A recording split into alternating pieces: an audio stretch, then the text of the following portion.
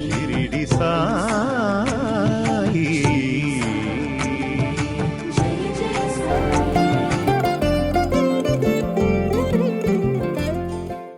శ్రీమతి కృష్ణాబాయి ప్రభాకర్ అనే భక్తురాలు మొదటిసారి బాబాను దర్శించుకున్నప్పుడు బాబా ఆమెకు ఒక 4 అణాల నాణాన్ని ప్రసాదించి ఇది నీ వద్ద ఉంచుకో అన్నారు.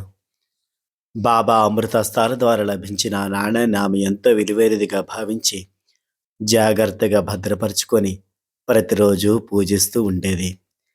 ఒకరోజు తన ఇంటి వద్దకు కొబ్బరికాయలు అమ్మే ఒక మహిళ వచ్చింది. ఆమె వద్ద కొబ్బరికాయ తీసుకున్న కృష్ణాబాయి ఇతర నాణాలతో పాటు పొరపాటున బాబా ఇచ్చిన 4 అణాల నాణాన్ని కూడా ఆమెకు ఇచ్చేసింది. తర్వాత కృష్ణాబాయి తన రోజువారీ ఇంటి పనులు పూర్తి చేసుకున్న తర్వాత జరిగిన పొరపాటును గుర్తించి తన మూర్ఖత్వానికి ఎంతగానో బాధపడింది. ఆ రోజు సాయంత్రం ఎవరు ఆమె ఇంటి తలుపు తట్టారు. కృష్ణాబాయి గుండెల నిండా బాధతో వెళ్ళి తలుపు తీసి ఎదురుగా ఉన్న కొబ్బరికాయలు అమ్మే మహిళను చూసి ఆశ్చర్యపోయింది.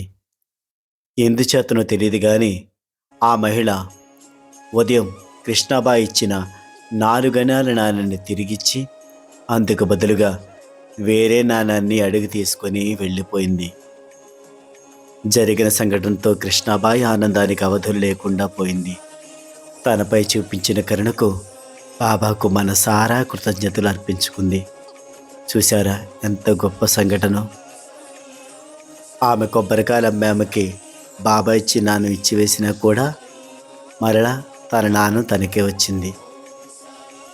దీన్ని బట్టి బాబా ప్రేమగా ఇచ్చిన నాణ్యమైన వస్తువైనా సరే అది పోయినా తిరిగి వాళ్ళ వద్దకే చేరుతుంది. ఎందుకంటే బాబా సర్వాంతర్యామి, సర్వజ్ఞుడు, తన భక్తులపై అపార ప్రేమ కాబట్టి.